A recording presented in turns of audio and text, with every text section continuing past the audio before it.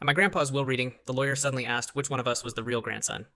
At first, I honestly thought he was joking, the kind of dark humor lawyers in movies sometimes make. But Mr. Carter didn't smile. He just looked back and forth between me and my cousin Jake across the long wooden table. "I'm sorry," I said. "What do you mean?" Mr. Carter adjusted his glasses and glanced down at the document in front of him. "Your grandfather left very specific instructions," he said calmly.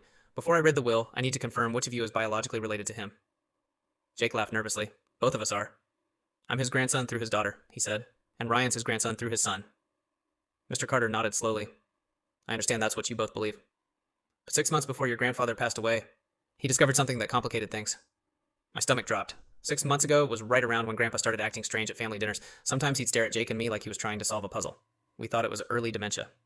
"What exactly are you saying?" Jake asked. The lawyer reached into his briefcase and pulled out 2 envelopes. "Your grandfather arranged private DNA tests." Jake immediately stood up. "That's insane," Mr. Carter continued calmly. "He collected DNA samples from items you both used during a family barbecue. Coffee cups, utensils." The room went completely silent. "The results showed that one of you is not biologically related to him."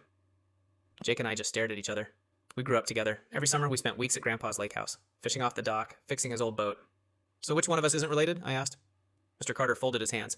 "Your grandfather said the truth would reveal itself today." Then he slid 2 sheets of paper across the table. "One for each of you. These questions are about private memories only his real grandson would know." My hands shook as I looked down. What did Grandpa keep inside the old tackle box with the broken latch? I remembered instantly. When I was 7, Grandpa showed me that box in the boathouse. It looked like fishing gear was inside, but when you opened it, it was filled with old love letters. Letters Grandma had written to him during World War II.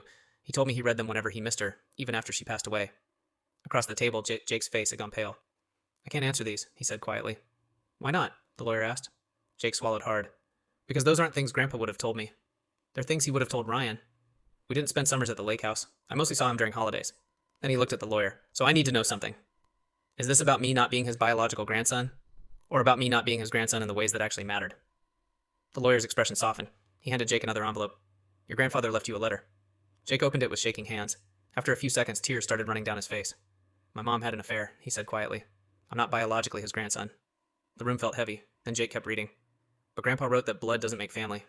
He said he chose me as his grandson, and he always would." Mr. Carter nodded.